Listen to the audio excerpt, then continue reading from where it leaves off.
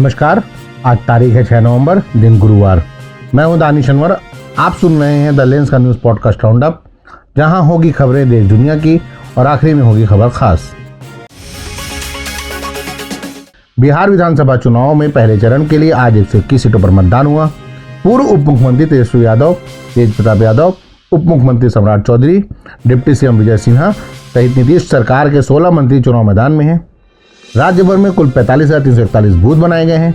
इस चुनाव में कुल 3 करोड़ 45 लाख से ज्यादा मतदाताओं को वोट डालना था, लेकिन चुनाव आयोग के शाम 5 बजे तक जारी आंकड़ों के अनुसार 60.13% वोटिंग दर्ज की गई है।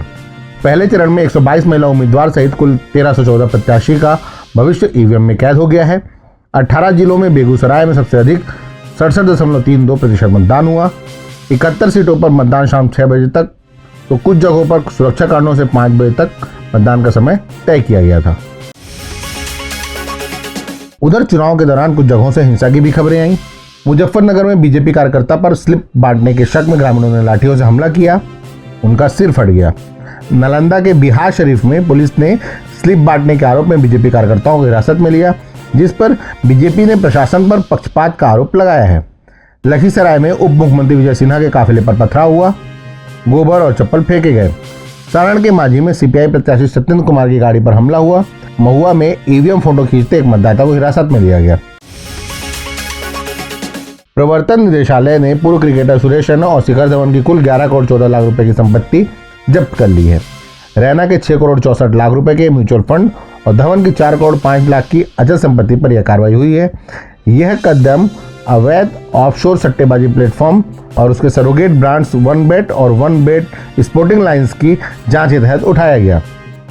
विभिन्न राज्यों की पुलिस द्वारा दर्ज एफआईआर के आधार पर पता चला कि ये ऐप भारतीयों को निशाना बनाकर गैर कानूनी जुआ संचालित कर रही हैं। उधर मुंबई के बांद्रा में बॉम्बे हाई कोर्ट की नई बिल्डिंग की नींव आज रखी गई। इस मौके पर भारत के मुख्य न्यायाधीश जस्टिस BR गवई ने ऐसी बात कही जो चर्चा का विषय बन गई। जस्टिस BR गवई ने कहा, यह इमारत फिजूल खर्ची का नमूना नहीं बनेगी। उन्होंने कहा, यह न्याय का मंदिर होगा, 7 स्टार होटल नहीं। CCI ने लोकतंत्र के मूल्यों के साथ निर्माण की योजना पर जोर दिया। उन्होंने कहा कि न्यायपालिका अब राजशाही का प्रतीक नहीं है। जजों की नियुक्ति जनसेवा के लिए है, रईसी के लिए नहीं। छत्तीसगढ़ के बिलासपुर में 4 नवंबर को हुए भयानक रेल हादसे ने रेलवे की सुरक्षा व्यवस्था पर सवाल खड़े कर दिए हैं। कोरबा से बिलासपुर जा रही मेमू ट्रेन लाल खदान इलाके में एक मालगाड़ी से जोरदार टक्कर मार बैठी थी। इस हादसे में 11 लोगों की जान चली गई, जबकि 25 से अधिक यात्री घायल हो गए। अब लोको पायलट के खिलाफ पुलिस ने गैर इरादतन हत्या का मामला दर्ज किया है। 5 विभागों की शुरुआती जांच की रिपोर्ट सामने आई है। इस रिपोर्ट में लाल सिग्नल तोड़ना और तेज रफ्तारी हादसे की मुख्य वजह बनी है। और आखिर में जरा हटके में चर्चा लोकतंत्र के खास तस्वीर की, जिसकी दिन भर चर्चा रही।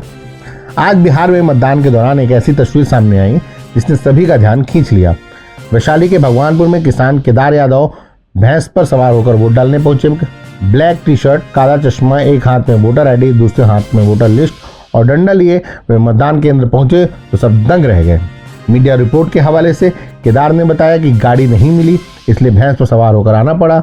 साथ ही केदार लोकतंत्र में मिले वोटिंग के अधिकार को लेकर कितने जागरूक हैं, इसका अंदाजा इसी बात से लगाइए कि उन्होंने कहा कि आज गाड़ी घोड़ा नहीं चल रहा है, लेकिन वोट डालना जरूरी है। हम किसान हैं, भैंस पालते हैं, इसलिए उसी पर सवार होकर वोट देने आया हूं। उन्होंने सभी से अपील की है कि हर हाल में मतदान करें, यह अधिकार भी है और कर्तव्य भी। केदार की तस्वीरें सोशल मीडिया पर वायरल हो रही हैं। तो आज के लिए बस इतना ही। कल होगी मुलाकात नई खबरों के साथ। खबरों को विस्तार से पढ़ने के लिए विजिट करिए हमारी वेबसाइट thelense.in पर। YouTube के अलावा हमारे पेज को X, Facebook और Instagram पर भी फॉलो करें। शुक्रिया।